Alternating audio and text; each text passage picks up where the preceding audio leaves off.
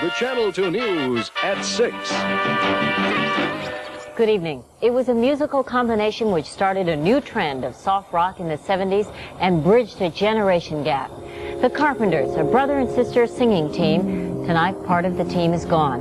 32-year-old Karen Carpenter died this morning in Downey of cardiac arrest. Long ago, and oh so far away. Their clean-cut look and smooth harmonies help make them a singing success. Songs such as Close to You, Top of the World, We've Only Just Begun, shot up the pop charts and won them what the music industry calls a middle-of-the-road audience. It was a loyal following, proved in part by their 3 Grammys and 8 gold albums. Jess? Karen Carpenter was found on the floor of a closet at the family home in Downey. She died apparently because her heart gave out. Her health had been plaguing her for some time. Dave Lopez is here with more on some of the circumstances leading to her death. David? Just thank you. It was no secret among her Hollywood friends that Karen Carpenter suffered from anorexia nervosa, the term used when somebody simply stops eating and has no desire to eat at all.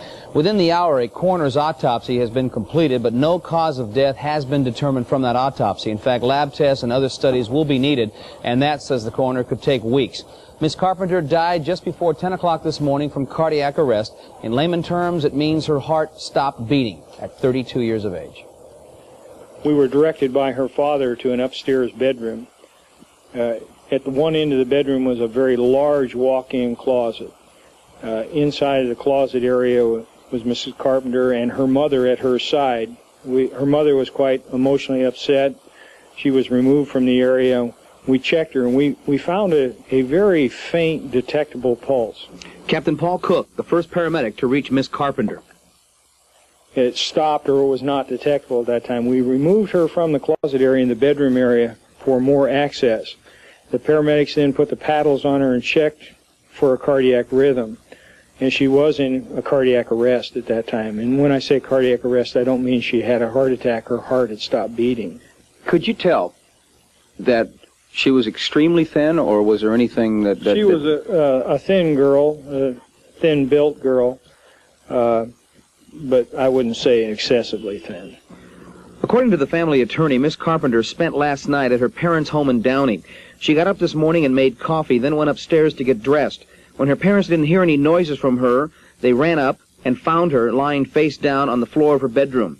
Shortly after 9, she was rushed to Downey Community Hospital. Emergency personnel administered to her where she expired and was pronounced dead at 9:51 this morning. Never regained consciousness? No. She and Richard were talking about all kinds of projects that they wanted to do together, and they were in the midst of a record album. As a matter of fact, they were recording an album. Since separating from her husband more than a year ago, Miss Carpenter spent much time at her parents' home in Downey, a home she and her brother Richard had built as a special gift to their parents. She attended Downey High School, graduated in 1967, and it was in Downey High School where she developed her love for playing the drums. Her band teacher, Bruce Gifford, remembers well. Karen, his sister, come up a year or two later and wanted to be in a band, and she knew something about piano playing, enough so that she could play bells. And when she got in a band, in the second year she was in band, she was a junior, she got infatuated with the drums and wanted to be a drummer. And so she became a drummer and immediately didn't just start beating on them. She went to Drum City and took lessons. And by the time she graduated, she was as fine a drummer as I've ever had come out of here. As successful as she became, she never forgot, I guess, where she was from.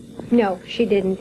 I was just speaking with a lady on the telephone whose children are in the Way Out of Broadway tonight, and she lived near the Carpenters before they moved to where they are located now, and said that when Richard and Karen first started out and were making their records, that Karen would pass out some of their records to the kids in the community, and they just loved it.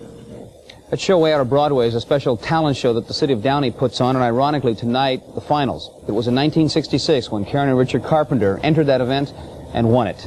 From there, their career blossomed, having sold more than 60 million albums. Thank you, David.